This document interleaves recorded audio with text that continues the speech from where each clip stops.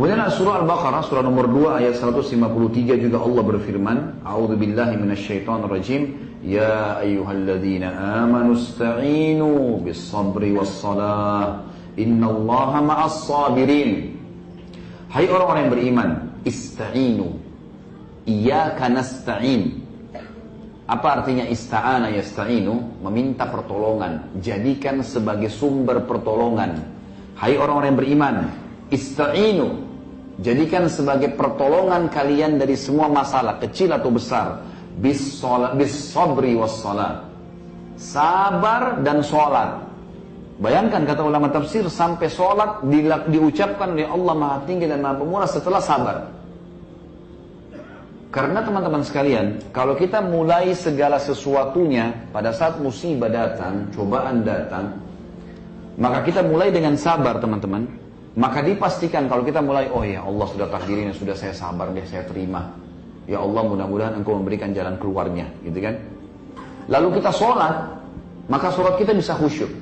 Tapi kalau antum dalam kondisi belum menerima, belum sabar dalam masalah itu, lalu antum sholat tidak bisa konsentrasi. Jadi memang di sini disebutkan bis-sabri was-salat, lalu Allah pastikan, innallaha ma'as sabirin. Allah pencipta langit dan bumi, yang kalau kita sakit dia yang ciptakan kita, dia yang ciptakan penyakit, dia yang ciptakan kesembuhannya. Kalau sedang ada orang yang mengganggu, dia yang menciptakan kita, dia yang menciptakan orang yang mengganggu itu, dan dia juga yang bisa membinasakannya. Kalau sedang ada nikmat, dia yang menciptakan kita, dia yang menciptakan nikmat, dia yang bisa mempertahankannya dan menambahkannya. Maka Allah berkata, sungguhnya Allah bersama dengan orang-orang yang sabar. Sabar dalam ketaatan, sabar dalam meninggalkan kemaksiatan. Juga dalam surah Ghafir, surah nomor 40. Tentu tadi itu yang Al-Baqarah tadi 153 ya, maaf. Kemudian surah Ghafir ayat 4, surah nomor 40 atau surah Mukmin ini ya. Dalam surah ini ada dua ayat disebutkan yang sama, ayat 55 sampai ayat 77. Nah, ayat 55 dan ayat 77. A'udzu billahi minasyaitonir rajim. Fasbir inna wa'dallahi haqq. Sabar. Janjinya Allah benar. Benar janji Allah. Orang sabar diampuni dosanya. Orang sabar diberikan pahala berlipat ganda. Nanti akan kita jelaskan. Orang sabar dijanjikan kedudukan dan kekuasaan di muka bumi. Ada semua ayat yang kita bacakan masalah itu. Sungguhnya janji Allah benar. Sabar sedikit di dunia, mati masuk surga. Benar semua itu. Yang mirip dengan itu teman-teman sekalian adalah surah Ar-Rum. Juga surah Ar-Rum, surah nomor 30 ayat 60. Allah yang Maha Tinggi dan Maha Pemurah berfirman, A'udzubillahi minasyaitonirrajim. Fasbir inna wa'dallahi haqq wa la yastakhifannaka alladhina la yuqinun. Sabarlah, sesungguhnya janji Allah benar. Patuh, diganggu orang kita tidak layani, tetap kita mulia. Barang kita hilang, kita sabar, ikhtiar, terima dengan Allah, ikhtiar cari hilang, sudah pasrahkan kepada Allah. Sesungguhnya janji Allah benar, pasti Allah akan gantikan. Ya. Dan jangan sampai kamu tergoda, kata Allah, la yastakhifannaka alladzina la yuqinun, dari orang-orang yang tidak yakin dengan ini. Jadi kalau lagi ada cobaan, makna ayat ini adalah jangan berteman dengan orang-orang yang tidak yakin dengan Allah. Lagi ada musibah teman-teman, jangan bicara sama ahli fasaqah. Ya, maksudnya orang-orang maksiat, ahli fasik, ahli maksiat. Maka kita akan diajak sama dia ke diskotik, ke bar, ke maksiat, ke makan macam-macam. Makin buram. Ya. Tenggelam di lautan, makin ditenggelamkan. Bukannya malah dikeluarkan. Selanjutnya, dalil Al-Quran, surah Al-Insan. Surah nomor 76 ayat 24. A'udzu billahi minasyaitonir rajim. Fasbir li hukmi rabbika wa la tuti' minhum athiman aw kafura. Bersabarlah hai Muhammad. Surah Insan surah nomor 76 ayat 24 ya. Sabarlah, berpegang pada hukum Tuhanmu hai Muhammad, dan ajarkan kepada umatmu itu. Dan jangan pernah kau ikuti orang-orang yang berbuat dosa serta orang buat kekufuran. Tak usah ikuti, walaupun kau dibenci, walaupun kau dihukum, jangan ikut-ikutan sama mereka. Toh maksimal adalah mati. Ya. Kalau di dunia kita akan keluar dan akan diberikan kemenangan. Selanjutnya teman-teman sekalian adalah janji Allah Subhanahu wa taala terhadap hamba-hambanya yang sabar akan diberikan kedudukan di muka bumi, kekuasaan. Dia akan dikenal, dia akan punya kedudukan, tapi melalui sabar dulu. Dikatakan dalam surah As-Sajdah, surah nomor 32 ayat 24, A'udzu billahi minasyaitonir rajim, wa ja'alna minhum a'immatan yahduna bi amrina lamma sabaru wa kanu bi ayatina yuqinun. Dan kami jadikan mereka sebagai a'immah, pemimpin-pemimpin yang akan menjalankan petunjuk-petunjuk kami di muka bumi sesudah mereka sabar dan mereka yakin dengan ayat-ayat kami. Jadi teman-teman, kalau kita lagi dicoba, diuji, lalu kita kembali ke jalan Allah, iman kita makin kuat. Nanti setelah itu Allah kasih antum kedudukan, dikasih jabatan, dikasih harta, dikasih pasangan, dikasih keturunan. Datang cobaan seberat apapun, setelahnya kita akan tahu bagaimana menghadapinya. Juga Allah Subhanahu wa taala memuji orang-orang yang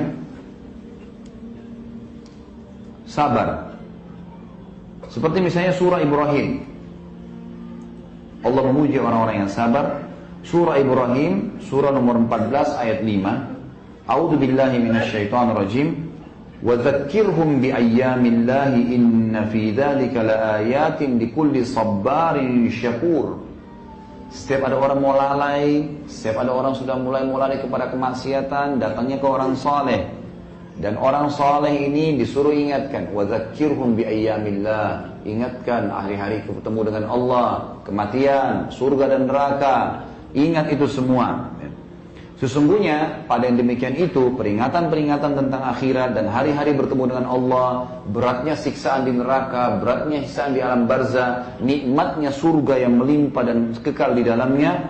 Ingatkan, dan itu ada tanda-tanda kebesaran kami, ya, tanda-tanda kebesaran bagi orang-orang yang sabarin syakur. Sabar ini sehingga mubalaghah teman-teman. Artinya super sabar dan syakur, super syukur gitu. Subhanallah, semua lisannya alhamdulillah, alhamdulillah. Ya sudah, inna lillahi raji'un. Saya terima. Ya Allah, saya terima. Selalu begitu. Kemudian juga dalam firman Allah, Allah memuji tentang laki-laki dan perempuan yang sabar dalam surah Al-Ahzab, surah nomor 33 ayat 35. A'udzubillahi minasyaitonir rajim, potongan ayatnya, was-sabirina was-sabirat. Dan laki-laki yang suka sabar dan perempuan yang suka sabar. Teman-teman, sampai ulama mengatakan begini, banyak orang tidak sadar pada saat cobaan sedang datang sebenarnya Allah sedang memangkas umurnya dia dalam ketaatan. Kalau kita lagi ada cobaan teman-teman sekalian dan kita kembali ke jalan Allah, kita akan tersibukkan untuk mencarikan jalan keluarnya. Kita akan tersibukkan berdoa. Gak ada orang lagi sakit parah lalu kemudian dia mau maksiat, larinya kepada jalan Allah. Maka Allah sedang memangkas umurnya dalam ketaatan, dan itu nikmat yang tidak bisa dibeli. Antum jangan heran kalau lagi ada cobaan, kita bisa nangis dalam doa. Kalau kembali ke Allah, nangis, ya Allah kenapa, ya Allah gini, ya Allah mudahkan, ya Allah berkah, ya Allah angkat. Tapi kalau antum sudah hilang dari musibah itu, dari cobaan itu, kita mau nangis susah. Gak bisa. Doa pun kadang-kadang kita malas.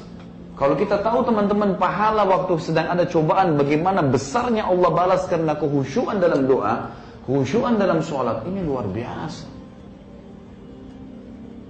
Saya pernah teman-teman sekalian, satu keadaan, pengalaman pribadi, saya sedang hadapi sesuatu, kemudian saya mau minta jalan keluar sama Allah. Cukup lama, beberapa bulan belum selesai permasalahan.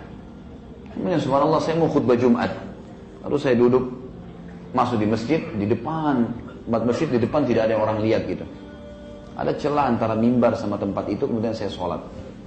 Memang waktu pada saat itu saya terbawa dengan arus, merasa nyaman sekali gitu, ngeluh dengan keluh kesah dengan Allah.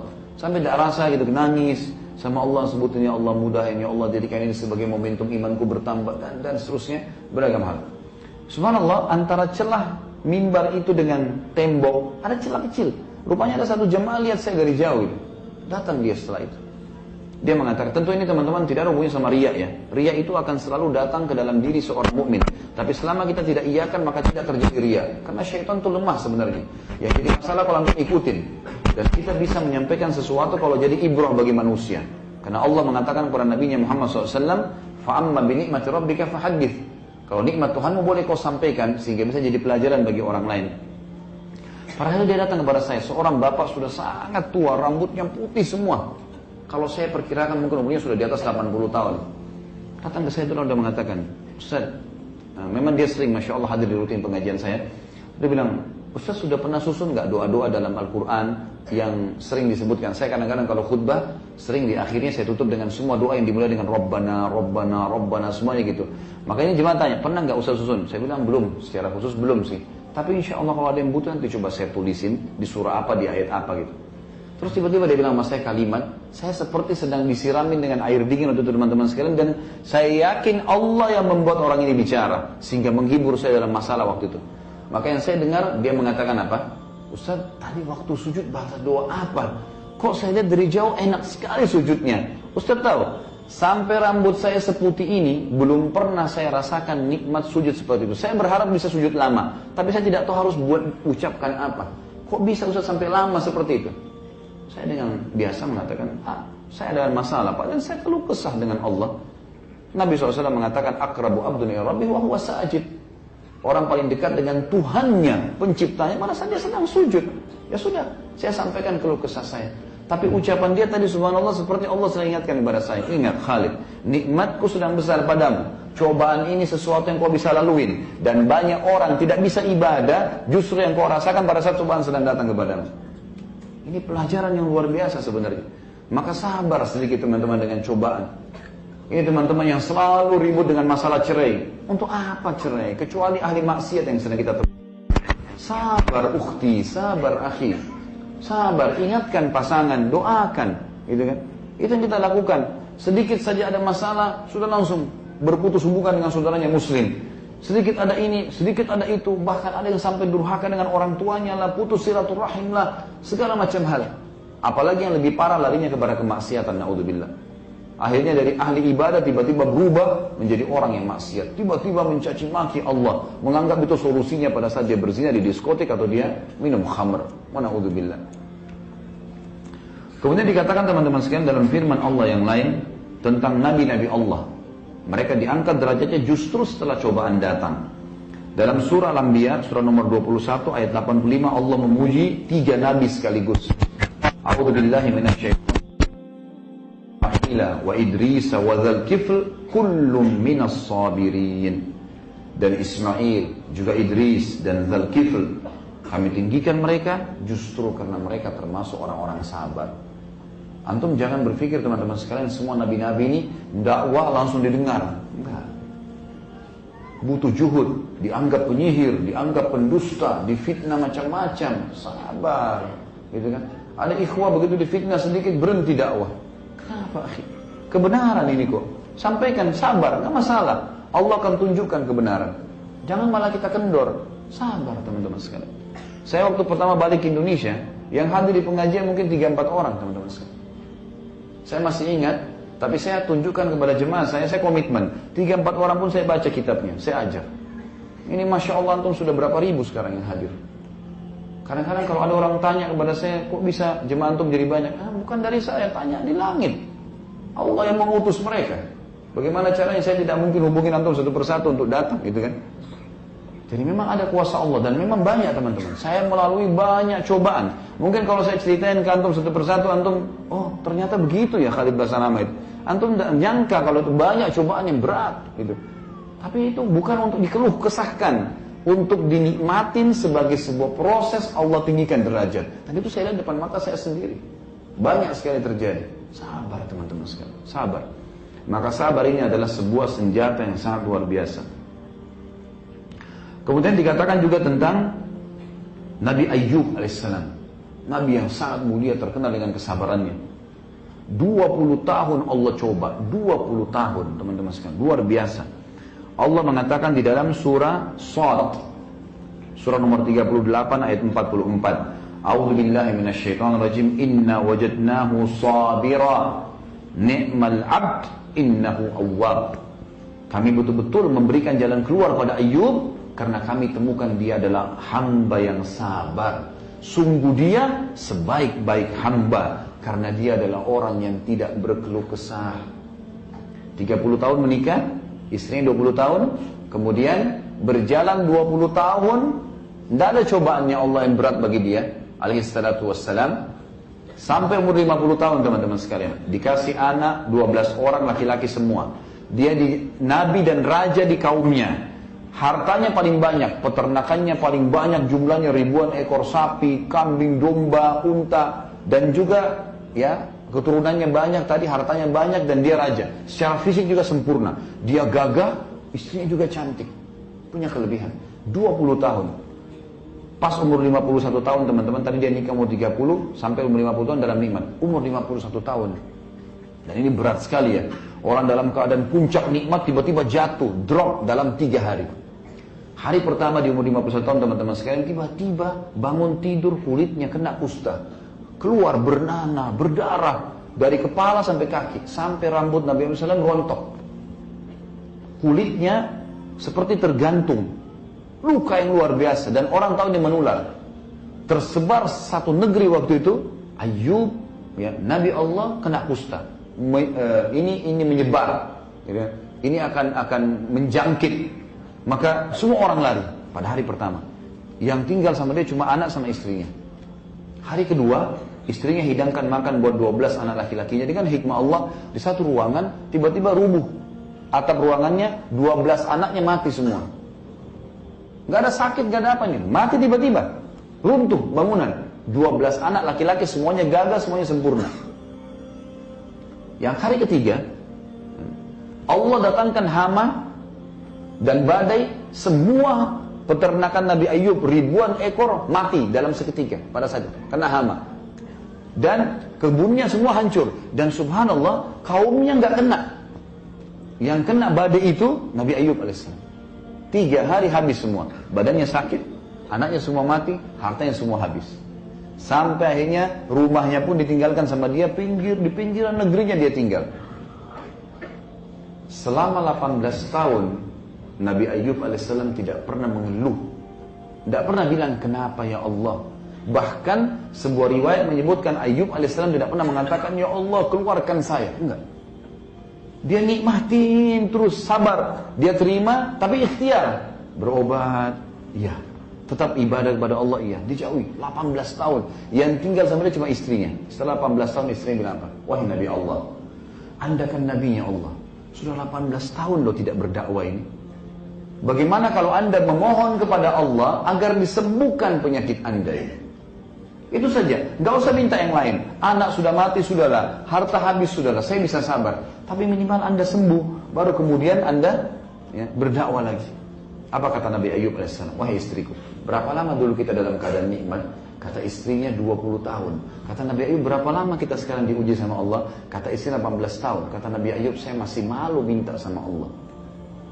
Keimanan yang luar biasa. Tahu kalau Allah itu lihat. Allah tahu dia sedang diuji. Allah tahu dia sedang ada masalah. Tidak dikeluhkan pun kepada sang pencipta. Pencipta tahu makanan apa yang masuk ke urat-urat saraf antum, ke tubuh antum. Minuman apa yang masuk, Allah tahu. Kita tidak pernah tahu minuman yang kita minum mana yang jadi kencing, yang mana jadi bagian darah kita. Kita nggak pernah tahu makanan yang kita punya, cuma tahu milih ini asin, manis, pedas. Kemudian masuk tenggorokan kita nggak pernah tahu teman-teman mana jadi kotoran, mana jadi anggota tubuh kita. Sang pencipta tahu semuanya. Tanpa antum keluh pun dia sudah tahu. Dan dia sudah menjanjikan kekal. Innallaha la yukhliful mi'ad. Allah tidak akan pungkiri janjinya. Pasti Allah akan berikan jalan keluar. Nabi Ayub mengatakan, saya masih malu minta sama Allah. Di 20 tahun cobaan, dia sudah merasa berimbang antara cobaannya dengan nikmat yang pernah dia terima. Maka dia mengucapkan kalimat yang santun sama Allah. Rabbi anni massaniyad dur wa anta arhamur rahimin. Wahai Tuhanku, Rabbi, penciptaku, pemilikku, ya, penyiap segala kebutuhanku, pemusnahku yang akan mematikan aku. Massaniyad dur. Sungguhnya aku telah ditimpa penyakit ini. Dia nggak bilang ya Allah, engkau timpakan, enggak. Wahai Tuhanku, penciptaku, pemilikku, pemusnahku yang akan mematikan aku. Aku sedang ditimpa penyakit, saking santunnya sama Allah, gitu kan? Wa anta arhamur rahimin, dan kau zat yang maha penyayang. Dia nggak bilang, ini sudah 20 tahun ya Allah berimbang, sembuhin saya. Enggak. Wa anta arhamur rahimin, dan kau zat yang maha penyayang. Artinya, mau sembuhin saya, hakmu ya Allah. tidak mau sembuhin saya tetap jalani. Luar biasa, sampai keluar istilah ya, sabar Ayyub diistilahkan. Artinya sabar Ayyub ini puncaknya sudah. Apa kata Nabi SAW tentang ahli surga? Semua ahli surga, poster tubuhnya seperti Adam 60 siku ke langit, wajahnya seperti Yusuf, hatinya seperti Ayyub. Luar biasa, Allah puji. Makanya Allah bilang tadi, inna wajadnahu sabira. Kami temukan Ayyub itu sabar, nggak pernah ngeluh, nggak pernah keluh kesah, gitu kan? Ni'mal abd innahu awwab. Dia sebaik-baik hamba dan dia awwab, orang yang tunduk, patuh, nggak berkeluh kesah sama Tuhan. Dan ingat teman-teman, saya bilang tadi semua punya ajal. Kalau antum sabar sampai titik klimaksnya, maka yang datang nanti sesuatu balasan seperti gelombang ombak yang tidak bisa dibendung. Tadi seperti kasus, ingat, yang muridnya lebih ramai daripada gurunya, malah karena kasus masalah itu. Ada cobaan-cobaan yang datang. Maka sabar. Nabi Ayyub alaihissalam dicoba 20 tahun, berarti umur 70 tahun. Di hari pertama umur 71 tahun teman-teman, Allah munculkan di bawah ranjangnya mata air. Dan Allah suruh beliau dicuci, mandi dengan itu, tiba-tiba sembuh. Dan tubuhnya kembali kekar, lebih segar dan kekar dibandingkan 20 tahun yang lalu. Dari air mata air itu. Yang kedua, Allah subhanahu wa ta'ala mengirim seluruh masyarakatnya pada saat itu. Tersebar berita, Ayyub sudah sembuh. Nabi Ayyub waktu sudah sembuh, Allah perintahin dia jalan. Nabi Ayyub jalan. Mungkin masyarakatnya, dilihat semua, Ayyub, orang semua kagum. Luar biasa, sembuh. Alhamdulillah, Allah sudah sembuhkan. Itu semua orang tersebar berita. Apa yang terjadi? Ini hari pertama. Hari kedua teman-teman, seluruh negeri datang membawakan hadiah buat Nabi Ayyub alaihissalam. Ada yang bawa sapi, ada yang bawa kambing, ada yang hadiah wakafkan kebunnya. Pokoknya untuk Nabi Ayyub. Dalam satu hari di hari kedua, kekayaannya Nabi Ayyub menjadi double dibandingkan kekayaan 20 tahun yang lalu. Tidak bekerja apa-apa. Allah datangkan dengan caranya. Hari ketiga, istrinya hamil. Dan setiap tahun pada saat itu melahirkan anak kembar. Sehingga Allah memberikan dia 24 anak laki-laki. Padahal tadinya 12. Tidak ada yang mustahil bagi Allah. Cuma butuh keimanan dan jadikan sabar sebagai pegangan hidup kita. Ini penting teman-teman. Kemudian juga dikatakan tentang masalah sabar ini. Afwan, hanya agak rapat ya. Di belakang kepenuhan tempatnya. Bisa merapat, silakan maju dulu. Kasih kesempatan ikhwah yang baru datang. Selanjutnya teman-teman sekalian, termasuk orang sabar itu, kalau sedang datang masalah, Allah dobelkan pahalanya dibandingkan orang yang sedang tidak ada cobaan. Allah akan berikan double pahala dibandingkan orang yang sedang tidak menghadapi cobaan. Di dalam surah Az-Zumar, dalil berhubungan dengan masalah ini, surah Zumar, surah nomor 39 ayat 10. A'udzu billahi minasyaitonir rajim. Innama yuwaffas sabiruna ajrahum bighairi hisab. Sesungguhnya orang-orang yang sabar itu, apalagi sampai titik klimaks hari terakhir Allah uji kita dan pasti tiba di hari itu, gitu kan? Yang saya tadi bilang puncaknya meninggal dunia tentunya, dan sudah kebahagiaan abadi di surga, atau dia akan selesaikan, Allah akan selesaikan urusan di dunia. Sesungguhnya orang-orang sabar, kalau sabar sampai titik klimaksnya, akan mendapatkan pahalanya bighairi hisab. Nggak ada lagi hitung-hitungannya. Udah seperti gelombang yang besar sekali datang kepada dia, yang dia sudah tidak tahu harus kemanakan nanti harta itu. Dia tidak tahu harus berbuat apa dalam masalah-masalah yang sedang dia hadapi. Subhanallah, saya bertemu kemarin di kota Makassar dengan salah seorang ikhwah. Kebetulan saya sangat kenal orang ini, karena dulu pasangan hidupnya itu teman istri saya. Rupanya berjalan kurang lebih, kalau tidak salah, mereka berumah tangga 10 tahunan, tidak punya anak. Dan pasangannya ini seorang mu'allaf, gitu kan. Cuma belajar agama. Ringkas cerita, saya tiba-tiba waktu pas lagi dari Jakarta datang ke Makassar, saya ketemu sama istri saya, terus istri saya cerita, ingat nggak teman saya si Fulan? Oh iya, saya ingat. Dia bilang orangnya itu melakukan satu perbuatan yang aib. Kenapa?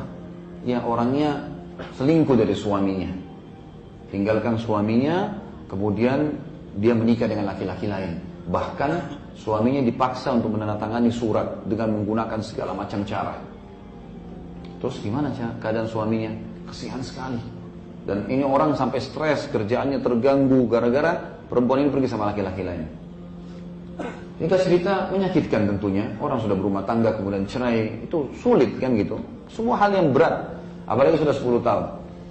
Dan dia sudah berkorban maksimal, sudah ikhtiar berobat sana sini, memang tidak punya anak. Subhanallah, saya kemarin tabligh akbar di Makassar ketemu.